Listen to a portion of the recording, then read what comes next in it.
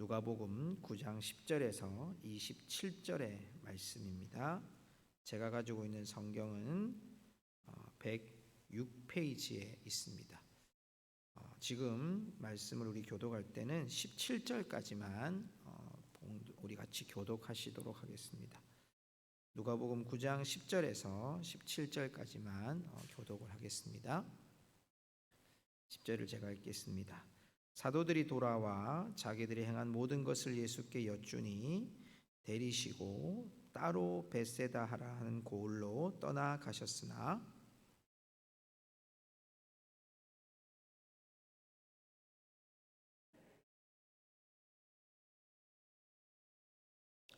날이 저물어 가매 12사도가 나와 여짜오되 무리를 보내어 두루 마을과 촌으로 가서 유하며 먹을 것을 얻게 하소서. 우리가 있는 여기는 빈들이니라.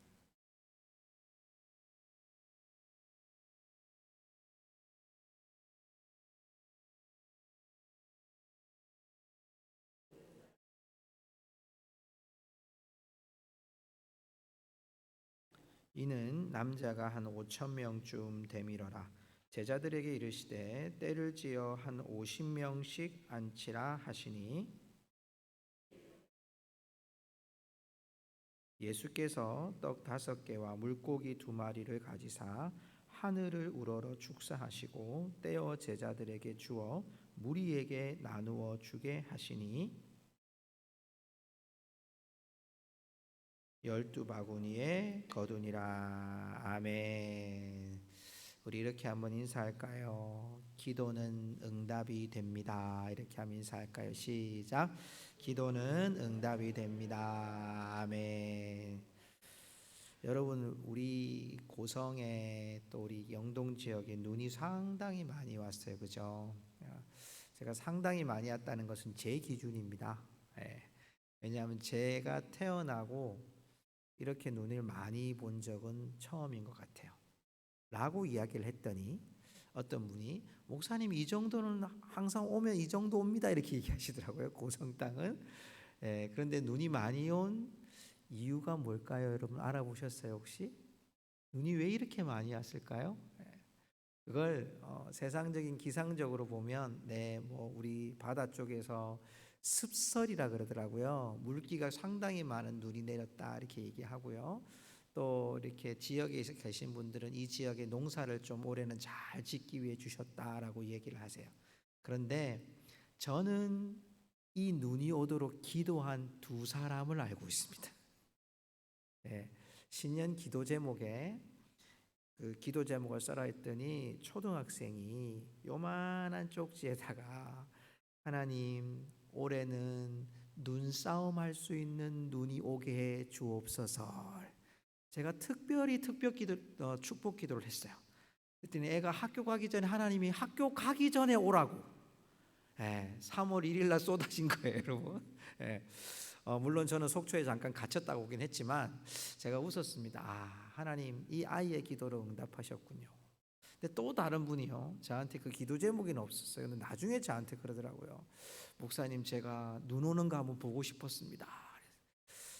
그래서 제가 그런 마음이 들더라고요. 우리의 작은 기도에도 그 똑같은 눈을 오는 상황을 보면서도 하나님 앞에 기도에 응답이 된 걸 보는 사람이 있고 또 사회적으로 농사가 잘 짓도록 또 여러분 이렇게 눈이 한번 오면 산불이 나는 것에서 조금 이렇게 위험도가 떨어질 수 있습니다. 또 얼마나 또 감사한지 몰라요. 매년 크고 작은 산불들이 막 일어나는데 그래요. 하나님은 우리가 그 기도에 주목하고 있으면 분명히 응답하신 하나님. 우리 다시 한번 고백할까요? 기도는 반드시 응답됩니다. 이렇게 한번 인사합시다. 시작. 기도는 반드시 응답됩니다. 아멘. 우리가 지금 이제 지난 주일부터 9장의 내용을 함께 나누고 있습니다. 9장의 내용은 예수님께서 처음에 제자들을 긴급하게 부르셔서 잃어버린 영혼에게 찾아가게 하시고 그 능력들을 통해서 또 많은 그런 헤롯이라고 하는 자에게도 영향력을 미쳤던 그 이야기를 함께 나누었습니다. 그리고 오늘은 그 이야기를 하고 제자들이 돌아온 거예요. 얼마나 기쁘겠어요. 기도하고 막 나가가지고 하나님께서 주님이 역사하셔서 귀신이 쫓겨가고요, 병든 자가 낫고요, 신이 난 거예요. 막 선교사에 갔다 오면 기쁨이 막 충만한 것처럼 눈으로 보고 오니까 얼마나 눈으로 그 귀로만 듣던 거 눈으로 보고 자기가 기도했더니 예수 이름으로 물러가는 거예요. 귀신이 쫓겨가는 거예요. 얼마나 기쁘겠어요. 이 돌아왔어요. 돌아왔는데 예수님께서 그들을 따로 벳세다로 데려가시는 거예요. 다른 성경을 보니까 마가복음 6장쯤 이렇게 보면 똑같은 구절들이 있는데 그 이야기에 보면 예수님이 이들을 쉬게 하시려고 음식 먹을 겨를도 없는 이들을 따로 이렇게 데리고 가셔서 그곳에서 쉼을 주시려고 가시고 있어요. 그런데 오늘 성경에는 그 쉼을 얻기 위해 가고 있는 제자들에게 많은 군중들이 지금 따라 붙은 거예요. 참 쉼 없는 사역들 가운데 예수님이 제자들과 함께 있는 이 준비된 모습. 그런데 오늘 이 이후에 어떤 사건이 벌어지냐면 큰 사건으로는 오병이어의 기적이 일어났고요. 우리가 읽었던 구절 그 뒤에 보면 예수님께서 첫 번째로 내가 십자가에 달릴 것을 예고하시는 장면이 나와요. 오늘 우리의 이야기는 두 가지 이야기입니다. 하나는 오병이어의 사건과 또 하나의 이야기는 예수님이 십자가에 달리실 거라는 예언을 하시는 장면 하나입니다. 오늘 우리 두 가지로 말씀을 좀 묵상하려고 하는데요. 첫 번째로 오병이어의 이 사건은 참 놀랍게도 마태복음, 마가복음, 누가복음, 요한복음에 다 나와 있어요. 여러분 이 얘기는 무슨 얘기일까요? 마태가 쓴 마태복음을 쓴 마태나 마가복음을 쓴 마가나 누가복음을 쓴 누가나 요한복음을 쓴 요한이 다 예수님의 사역 속에 오병이어의 사건은 다 중요하기 때문에 다 집어넣은 거예요. 여러분 마가복음은 첫 번째 성경이고요. 그 성경에도 오병이어의 기적이 들어가 있어요. 그러니까 빨리 예수님의 행적을 이야기하는데 그 행적 중에 가장 중요한 행적 오병이어의 기적이 마가복음에도 마태복음에도 누가복음에도 요한복음에도 다 들어있다는 것은 예수님의 사역의 가장 큰 핵심적인 사건이었고 큰 기적의 사건이었고 모든 사람들이 알고 있는 사건이었다는 거죠. 그런데 우리는 이 사건을 보면서 항상 생각할 때 보리떡 5개와 물고기 2마리로 하나님께서 5,000명을 예수님께서 5,000명을 축사하셨더니 5,000명을 먹였다. 그리고 12광주리 남았다. 우리가 이 결과들을 많이 알고 있어요. 이것도 놀라운 기적이죠. 그런데 오늘 이 말씀을 우리가 조금 찬찬히 들여다보면 참 재미있는 우리의 이 오병이어의 교훈들을 발견하게 돼요. 그게 뭐냐면 마태, 마가, 누가, 요한복음의 오병이어를 이렇게 제가 조합을 하면서 정리를 해보니까 오늘 여러분 예수님께서 빈 들에 계세요. 그리고 사람들이 막 온 거예요. 오늘 여러분이 말씀에도 보면 남자가 5,000명이라고 그랬잖아요. 그러면 여기 남자들이라는 것은 그 원어로 이렇게 살펴보면 성인 남자라고만 돼 있어요. 성인 남자의 기준은 20세에서 60세까지 전쟁에 나갈 수 있는 사람을 성인 남자라고 구분을 합니다. 그러면 여러분 당시에 예수님이 할례를 받았을 때가 12세였잖아요. 그 나이 또래라든지 아니면 60세 이상이라든지 또 여인들이라든지 또 여인들은 아이들은 들어가지도 않은 숫자란 말이에요. 그럼 추정하는 사람들이 약 10,000명 정도로 추정합니다. 뭐 20,000명을 추정하는 사람들도 있는데 그러면 10,000명이 여러분 오늘 성경 말씀을 이렇게 살펴보면 뭐 이제 빌립이 200데나리온 이야기하거든요. 당시에 200데나리온이 한 8개월치의 월급입니다. 요즘으로 따지면 좀 뭐 공무원 수준이나 이렇게 봐서 좀 수당들을 넣고 하면 한 달에 한 최소한 200을 받는다고 치면 여러분 한 8개월이라면 한 1,600 정도, 그죠? 1,600 정도 되는 그 돈이 한꺼번에 떡을 사야 될 돈이라고 생각해 보세요. 여러분 우리 인근에서 떡집에 1,600만 원 떡어치를 사라고 얘기하면 되겠어요 지금? 이런 상황인 거죠. 자, 이런데 예수님께서 오늘 이들을 향하여 보시는 시각이 있어요. 제가 이 말씀을 보면서 참 예수님이 이 오병이어의 기적이 왜 이렇게 일어나는지를 우리에게 교훈하는 참 중요한 단서가 하나 나와요. 그게 뭐냐면 마가복음 6장 34절에 나와요. 한번 보여주시겠습니까? 마가복음 6장 34절에 보면 이런 구절이 있습니다. 혹시 준비가 됐나요? 네. 준비가 되셨으면 보여주시고요. 제가 읽어드리겠습니다. 예수께서 나오사 큰 무리를 보시고 그 목자 없는 양 같음으로 인하여 불쌍히 여기사 이에 여러 가지로 가르치시더라 그랬어요. 자, 한번 여러분 따라할까요? 불쌍히 여기사. 예, 빈 들에 있어요. 제자들은 지금 사역 보고를 하고 와가지고 너무너무 기쁜 가운데 사람들이 막 몰려온 거예요. 10,000명이 넘는 사람들이 몰려와서 예수님 앞에 왔는데 예수님의 시각은 뭐냐 하면 목자 없는 양 같음으로 인하여 불쌍히 여기사 예수님이 가르치시는 거예요. 자, 그러면 이 오병이어의 기적의 시작은 어디예요? 예수님이 빈 들에서 먹지 못하는 사람 먹이는 것이 지금 포인트가 아니라 어디서부터 보는 거예요? 예수님이 목자 없는 양처럼 막 흩어지고 있는 이 양들 어떻게 하면 바른 길로 인도할까? 그 마음으로 이 백성들을 불쌍히 여기는 시선에서 이 오병이의 기적이 시작되는 거예요. 그런데 오늘 이 말씀 속에 예수님이 제자들에게 던진 질문이 있어요. 제자들에게 던진 예수님의 말씀이 있는데 우리 한번 같이 보시겠습니까? 자, 13절을 한번 보세요. 13절에 이제 제자들이 와가지고 예수님, 이 사람들이 너무 많아가지고 지금 어찌할 수가 없어요. 예수님, 이 사람들 전부 다 마을로 돌려보내가지고 이 먹고 오게 하든지 먹게 하시든지 해야 되지 않겠습니까? 여기 여러분 빈들에서 가까운 마을로 가는 이 거리가 약 7km입니다. 여러분 7km를 걸어가서 먹어야 된다는 얘기거든요. 이거 어떻게 지금 먹을 수 있습니까? 그랬더니 예수님이 9장 오늘 우리가 읽었던 13절에 이런 말씀을 하세요. 뭐라고 되어 있느냐? 예수께서 이르시되, 자 여러분 한번 따라해 보십시오. 너희가 먹을 것을 주라. 예수님이 지금 제자들한테 하신 말씀이에요. 너희가 먹을 걸 줘라 이렇게 말씀. 여러분 왜 예수님이 이런 말씀을 하셨을까요? 왜 예수님이 이런 말씀을 하셔서 제자들을 당황하게 하셨을까요?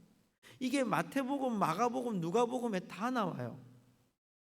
그런데 요한복음에 보면 좀 다른 시각으로 하나를 보여주는데 그게 뭐냐면 요한복음 6장 6절에 가보면요, 예수님이 빌립한테 이야기를 합니다.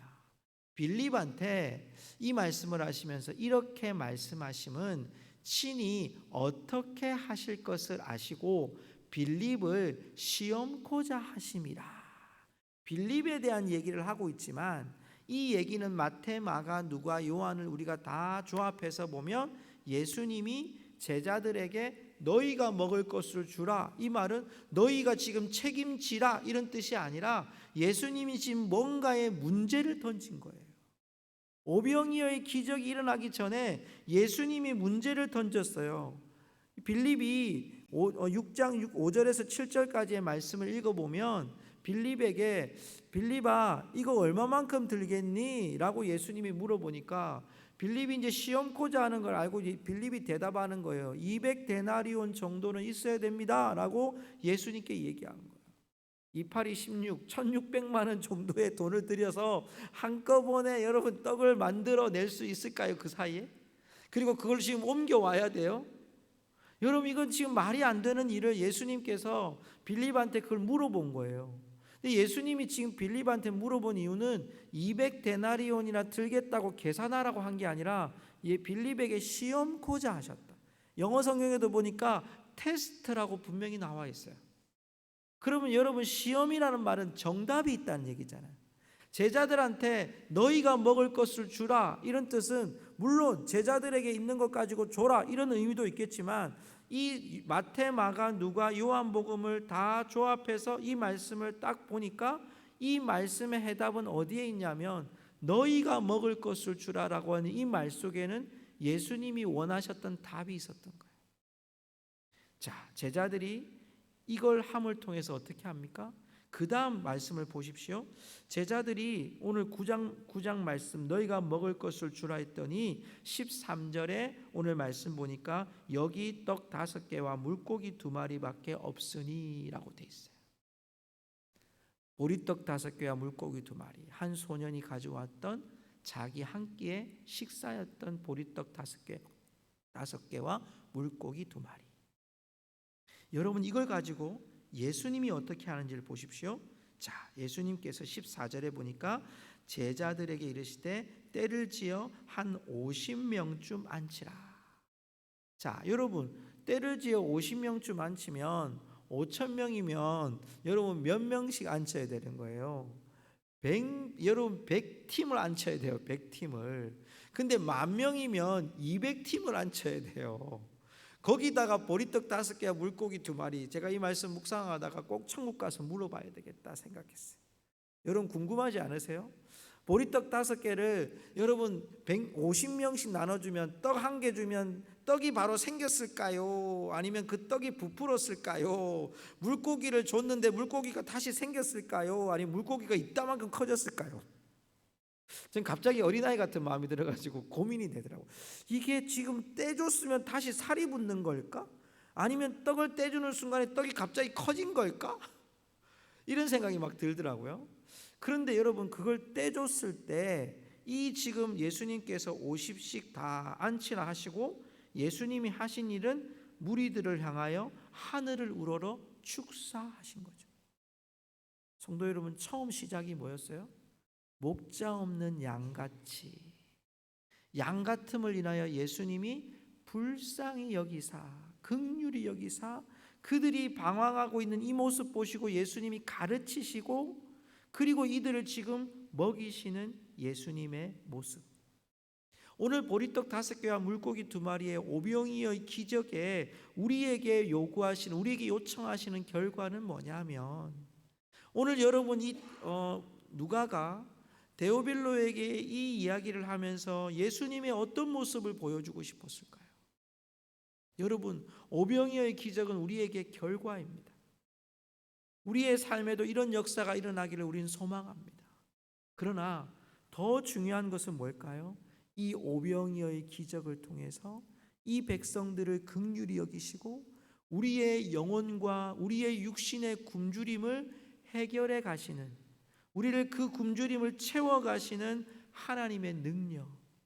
우리에게 여러분 제자의 삶이, 오늘 제자들이 여러분 얼마나 기쁘게 와서 사역 보고를 하러 온 거예요. 그런데 그 사역 보고 현장에 막 보고를 해야 되는데 사람들이 밀려와요. 오병이어의 기적이 나타났어요. 그걸 보면서 제자들이 그 가운데서도 그런 사역을 하고 막 기쁨으로 왔지만 정작 그들의 삶에 여러분 굶주림의 문제가 왔을 때 예수님이 너희들이 줘라, 빌립을 시험코자 얼마나 될까? 라고 물었을 때 이들은 그 정답을 이야기하지 못하고 보리떡 5개와 물고기 2마리를 예수님 앞에 갖다 드린 것밖에 없었어요. 여러분, 믿음의 결과는 우리에게 한순간이 아니라 주님의 손에 맡겨질 때에 여러분 우리에게 이 오병이어의 기적은 주님의 권능이 되고 하나님의 나라를 이루는 기적이 되는 줄 믿습니다. 이게 여러분 중요하단 말이에요. 제자의 길이 뭡니까? 제자의 길은 내가 무엇을 했다는 게 중요하지 않아요. 내가 얼마나 많이 알고 있느냐가 중요하지 않아요. 내가 얼마만큼 계산을 해보니까 200데나리온이나 치겠습니다라는 지식의 풍요함이 아니에요. 제자들이 너희가 먹을 것을 주라고 했을 때 제자들 얼마나 당황했겠습니까? 그런데 한 소년이 가져왔던 도시락 보리떡 5개와 물고기 2마리를 주님께 드렸어요. 내 한계를 내려놓고 이게 한계입니다 예수님, 우리가 할 수 있는 건 이거밖에 없습니다라고 예수님께 맡겨질 때에 예수님께서 이 오병이어를 통해서 놀라운 주님의 역사와 또한 얼마나 가느냐, 이 역사가 누가 이 일을 행하시냐를 우리에게 보여주시는 거죠. 성도 여러분, 오병이어의 기적을 통해 주님이 이루심을 볼 수 있기를 주님의 이름으로 축복합니다. 제자의 길은요, 주님의 이 길을 우리가 쫓아가는 거예요. 주님이 하실 일을 기대하며 우리를 쫓아가는 거예요. 주님은 우리를 빌립처럼 시험하세요. 제자들에게 너희들이 사 먹을 거 줘라 라고 우리에게 말씀하세요. 그러나 주님은 보리떡 5개와 물고기 2마리로 5,000명뿐만 아니라 더 많은 사람을 먹이실 수 있는 분이라는 것. 여러분, 그 사실은 오늘날 우리에게도 동일한, 오늘날 우리에게도 늘 우리는 그 능력을 결과와 순간과 제자의 삶을 살아가면서 얼마나 많이 잘 성취했느냐 이걸 보지만 주님은 우리의 그걸 보고 있는 것이 아니라 너는 나에게 얼마만큼 잘 맡길 수 있느냐라고 물어보시는 거예요. 자, 그 길이 뭘까요? 그렇게 맡기는 길이 뭘까요? 그 맡기는 길에 제자의 길을 또 하나 우리에게 던져주시는 것이 그 다음 장면 18절부터 여러분 오늘 말씀 27절까지의 말씀에 보면 예수님께서 18절에서 말씀에 보면 너희는 나를 누구라 하느냐, 무리가 나를 누구라 하느냐 했더니 우리가 주일날 말씀 나누었던 것처럼 사람들이 세례 요한이 나타났다, 엘리야가 나타났다, 옛 선지자가 나타났다, 똑같은 말이잖아요. 수많은 사람들이 와서 세례 요한이라고 하기도 하고 엘리야라고 하기도 하고 옛 선지자라고 합니다라고 얘기해요. 그때에 베드로가 나오죠. 베드로가 오늘 누가복음에는 20절에 하나님의 그리스도이시니라 라고. 여러분, 그리스도라는 말은 기름 부음을 받은 자, 메시아, 구원자라는 뜻을 가지고 있어요. 물론 마태복음에도 우리가 잘 아는 것처럼 주는 그리스도시요 살아계신 하나님의 아들이다 라고 고백하고 있고요, 마가복음에도 주는 그리스도십니다라고 고백하고 있어요. 여러분, 이 고백이 우리 안에 여러분 입술의 고백과 마음의 고백이 되기를 주의 이름으로 축복합니다. 우리 한번 따라합시다. 주님은 그리스도십니다. 네, 고백하셔야 돼요. 자꾸만 고백하셔야 돼요. 우리가 흔들릴 때에도 주님은 그리스도십니다, 구원자십니다, 메시아십니다 라고 계속 우리가 고백할 수 있어야 돼요. 그런데 오늘 제가 말씀을 묵상하다가 왜? 라는 질문을 던진 게 있었어요. 오늘 말씀으로 한번 우리 돌아가 볼까요? 자, 여러분 오늘 말씀 21절에 한번 보십시오. 21절을 우리 같이 한번 읽어볼까요? 21절. 자, 시작. 경고하사 이 말을 아무에게도 이르지 말라 명하시고. 여러분, 이 구절을 곰곰이 생각해 봤어요. 이게 마태복음, 마가복음, 누가복음에 다 나와요. 예수님이 이 말씀 속에 경고하시고 경계하시면서 아무에게도 이르지 말라고 예수님이 말씀을 하시는 장면이 나와요. 왜 그랬을까요? 아무리 봐도 힌트가 없어요. 아무리 봐도 왜 예수님이, 어떻게 보면 지금 이 장면은 오병이의 기적이 일어났고 베드로가 예수님 앞에 지금 신앙의 고백을 한 상태입니다. 이걸 인정한 거거든요. 주는 그리스도십니다, 하나님의 아들입니다, 하나님 이 땅에 오신 기름 부음 받은 자입니다, 구원자입니다, 더 많이 선포해야 되는데 예수님이 경계하시고 경고하시면서 엄히 명하셔서 말하지 말라라고 말씀하십니다. 왜 그랬을까요? 우리 22절을 한번 들여다보시겠습니까? 22절에 보면 예수님이 왜 그러셨는지의 그 힌트를 조금 끌어낼 수 있는 부분이 있어요. 한번 보시면 이르시되 인자가, 자, 이게 누가복음에 흐르는 또 하나의 흐름 중에 하나가 인자가, 누가복음은 인자복음입니다. 이제 마태복음을 사자복음, 왕으로 오신 예수님, 마가복음을 종, 소복음, 이래서 종복음이라 그러는데 예수님이 종으로 오신 것, 누가복음은 예수님이 사람으로 오신 것을 많이 씁니다. 자, 여기도 인자라는 표현을 쓰는데요. 자, 인자가 많은 고난을 받고 장로들과 대제사장들과 서기관들에게 버림받아 죽임을 당하고 제3일에 살아나야 하리라 하시고. 이건 지금 예수님이 자신이 어떠한 삶을 살 것인지에 대해서 첫 번째 예언하는 장면이에요. 그 신앙 고백 위에 예수님께서 지금 절대로 이르지 말라, 내가 많은 고난을 받고 장로들한테 버림받고 죽임을 당하고 제3일에 살아나야 하리라. 여기 표현을 잘 보시면 지금 이 표현이 예수님의 시간적인 표현들을 보여줘요. 다음에 왜 이 말을 하면 안 되느냐 하면은, 자, 베드로야, 제자들아, 인자가 많은 고난을 받아야 될 때가 있다. 그리고 서기관들과 대제사장들과 장로들한테 버림받아 죽임을 당할 때가 된다. 제3일에 살아나야 될 거다. 이걸 축약하면 고난과 죽음과 부활이 예수님 앞에 지금 놓여 있는 거예요. 이걸 너희들이 지금 이것 때문에 너희들이 말하면 안 된다. 그 말은 무슨 말입니까? 예수님의 이때가 이루어질 때까지 이 얘기를 하면 안 된다는 거예요. 왜 그럴까요? 당시에 여러분 여기 나오는 장로들, 대제사장들, 서기관들, 유대의 지도자들이 예수님을 어떻게 생각하고 있냐면 정치적인 지도자로 생각하고 있었습니다. 유대의 왕으로 등극해서 수많은 사람들에게 기적과 이적을 행하고, 그리고 로마 나라를 무너뜨려서 유대인의 왕의 권력을 가질 사람으로 보는 거죠. 이런 일들이 예수님의 이런 일들을 전할 때 이들이 마치 예수님 메시아입니다, 구원자입니다, 이것이 잘못 이용되어지고 예수님의 사역을, 예수님의 부르심, 예수님이 하나님의 뜻을 따라서 고난과 죽음과 부활을 해 나가야 될 그 삶을 여러분 막을 수 있는 위험 가운데 있기 때문에, 주님의 뜻을, 주님이 걸어가신 그 길을 막을 수 있기 때문에 예수님께서 경계하신 거예요. 하나님의 뜻이 가려질까 봐, 하나님의 뜻이 여러분 덮여질까 봐 여러분 이 일들을 견고하시고 경계하시고 막으셨어요. 하나님의 온전하신 뜻을 나타내기 위해서. 그리고 우리에게 던져진 질문이 바로 이겁니다. 우리에게 던져진 사명이 23절이에요. 우리 한번 23절 읽어볼까요? 자, 시작. 또 무리에게 이르시되 아무든지 나를 따라오려거든 자기를 부인하고 날마다 제 십자가를 지고 나를 따를 것이니라. 날마다 제 십자가를 지고 나를 따를 것이니라. 여기 보면 두 가지의 단어가 나와요. 그게 뭐냐면 자기를 부인하고 날마다 제 십자가를 지고, 이 두 구절만 이해하면 오늘 여러분 주님을 따라가는 제자의 길이 무엇인지를 이해할 수 있습니다. 예수님은 그래서 경계하고 경고하신 이유가 바로 말하지 말라는 것, 비밀이었다는 것. 그 비밀이 뭡니까? 예수님의 고난, 예수님의 죽음, 예수님의 부활. 그 비밀을 가진 자들은 어떻게 사느냐? 자기를 부인하고 제 십자가를 지는.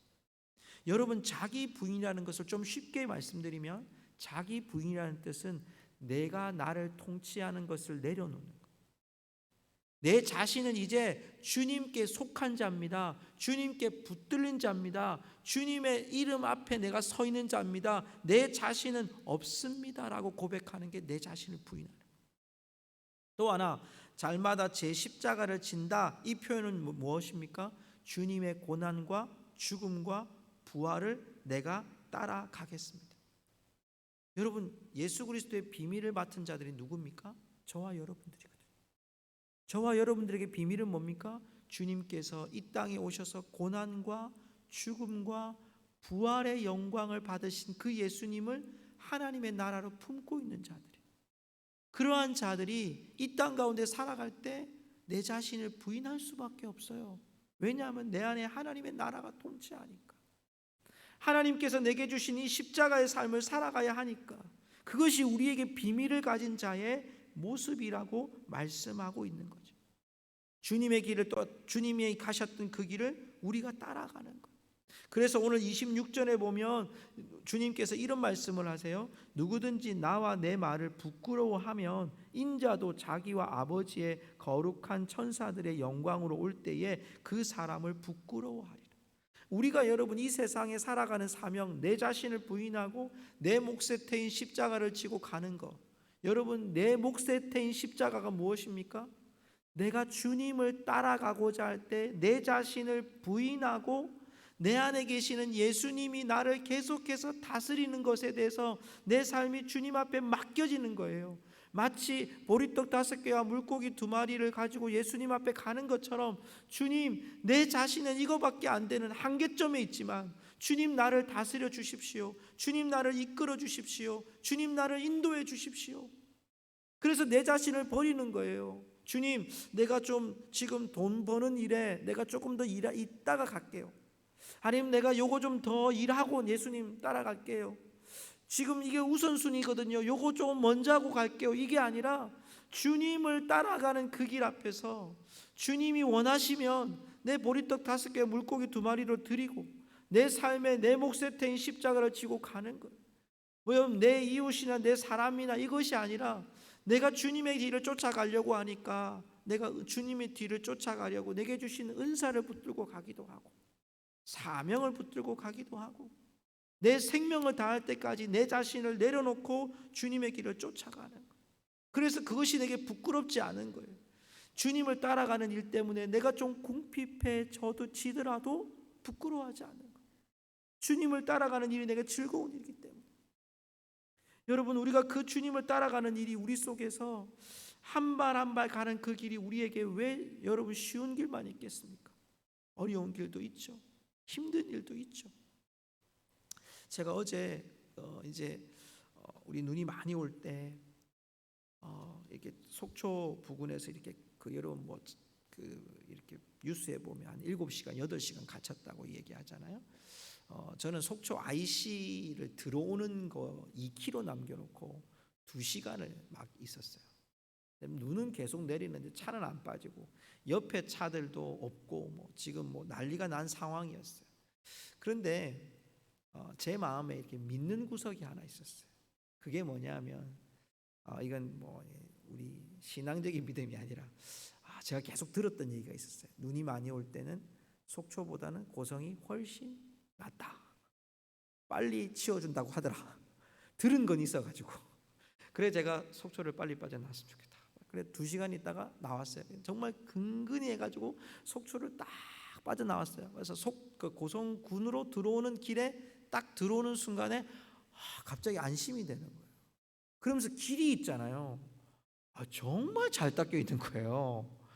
물론 우리 교회 차도 사륜구동이니까 그렇게 크게 흔들리고 요동치는 않습니다만은 들어오는데 차도 없는데 눈이 그렇게 많이 오는데도 길이 잘 닦여져서 우리 고성군 이 시내까지 들어오는데 전혀 문제가 없이 들어오는 거예요. 제 마음속에 얼마나 편안하고 좋았는지, 오늘 아침에도 보니까 얼마나 깨끗하게 다 치웠는지 몰라겠어요. 근데 제 마음속에 또 그런 마음이 드는 거예요. 우리가 주 안에 거할 때, 아니 내가 있는 동네가 이렇게 좋아도 그냥 내가 마음이 편안한데 주 안에 있으면 어떨까? 비록 내가 이 비밀을 가진 자로 살 때 주님 앞에 우리가 이 세상에 내 자신을 부인하고 살아가는 것이 얼마나 어렵겠어요. 또 내게 내 몫에 태인 십자가 사명지고 짊어지고 가는 게 얼마나 어렵겠어요. 그런데 그 삶을 살아가는 게 주 안에 있을 때 이 비밀, 어떤 비밀? 주님 따라 고난받고 주님 따라 죽음 맞이하고 십자가의 삶을 살고, 그런데 부활이 있는 거예요. 그런데 다시 오실 예수님이 오시는 거예요. 이거 기다리면서 얼마나 기쁘겠어요. 그 영광에 내가 부끄럽지 않게 살아가는 거, 그게 제자로 살아가는 삶의 길이 아닌가 생각을 하게 됩니다. 성도 여러분, 오늘 말씀을 마치면서 오늘 우리 주위에 있는 한 선교지를 여러분에게 소개하면서 제가 오늘 말씀을 맺으려고 합니다. 여러분, 우리 그 주위에 보면 여러분이 잘 아시는 우리 주위에 이 지역에 선교지 중에 한 곳이 있습니다. 여러분 혹시 윌리엄 홀이라고 하는 분을 들어보신 적이 있습니까? 이 남자분이 윌리엄 홀이고요, 여자분이 로제타 홀이라는 분이십니다. 이분들은 여러분이 잘 아는 것처럼 화진포의 성이라고 하는 일명 김일성 별장을 이렇게 자신들의 돈을 투자해서 다른 분을 통해서 짓게 하신 분이세요. 근데 여러분, 이분들이 한국에 1890년, 1891년에 오셨어요. 옆에 있는 여자분은 로제타 홀이 되신 분은 이분은 우리나라에 1890년에 들어오신 분이거든요. 근데 들어와서 그 다음 해에 오신 윌리엄 홀 분과 함께 결혼을 하게 됩니다. 근데 이 윌리엄 홀이란 분이 의사 선생님인데 얼마나 열심히 일을 했냐면 1년에 약 500명 정도를 한 3개월에 549명을 치료하는 거예요. 3개월 만에. 그러니까 거의 한 달에 200명 가까운 분들을 고쳤다는 얘기거든요. 그런데 이분이 1년을 넘어가니까 10,000명이 넘어가는 거예요. 결혼을 하고 첫 아이를 놓고 이 아이 낳을 때 난리가 났습니다. 동네 사람들이 외국인 아이가 처음 한국에 태어나니까 막 눈은 파랗죠. 막 애는 얼마나 이쁜지 동네 사람들이 다 구경 올 정도였답니다.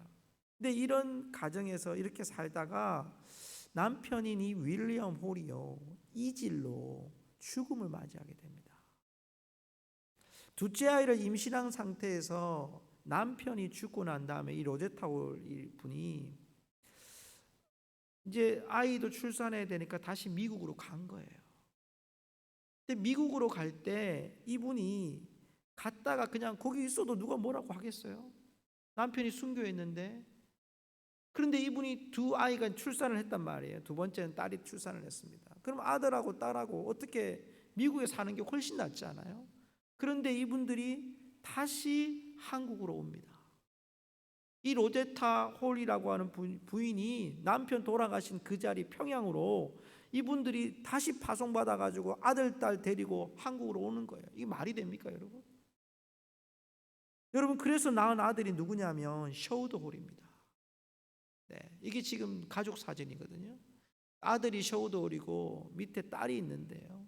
이 딸마저 한국에 오자마자 또 이 피부 질환으로 죽습니다. 전염병으로 또 죽습니다. 여러분, 그런데 그 아들 셔우드 홀이 어떤 사람이 되느냐 하면 그 선교사님이 되는데, 바로 우리가 알고 있는 그 셔우드 홀 선교사님, 우리가 지금 제가 처음에 말씀드렸던 화진포성, 그 성을 아까 제가 말씀드린 윌리엄 홀 아버지고요, 셔우드 홀이 그 성을 짓게 됩니다. 휴양지로. 그리고 그곳을 예배처로 짓게 됩니다. 근데 셔우드 홀이요, 얼마나 유명한 분이냐면 우리나라의 크리스마스 시를 만드신 분입니다. 우리나라의 결핵 퇴치를 위해서 자신의 그 모든 우리 편지 옆에다가 그 우표 옆에다가 붙이는 시를 만들어서 전국적으로 보급을 했고요. 이분 때문에, 또 아까 보았던 우리 로제타 홀 이분 때문에 하나님이 놀라운 영향력을 이 나라에 허락하십니다. 여러분, 그래서 우리나라에 나왔던 분이 누구냐면 바로 박에스더라고 하는 의사 선생님입니다. 저분이 누구시냐면 아까 로제타 홀이라고 하는 그 어머니, 로제타 홀 부분이 자기 집에 이제 학교를, 지금은 이화여대가 됐죠. 그 학교를 이제 만들어 가지고 거기다가 이 박에스더를 어떻게 보면 자기 시종으로 데리고 있다가요. 근데 영어를 잘하고 가르쳐 주니까 배웠는데, 이 박에스더를 자기가 남편을 잃고 미국으로 갈 때 이 박에스더 씨를 데리고 갑니다.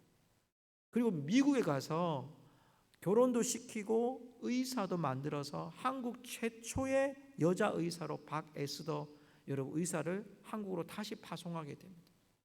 저 박에스더 우리 의사 선생님도요, 일찍 결혼을 합니다. 18살 때 결혼을 합니다. 미국에서요.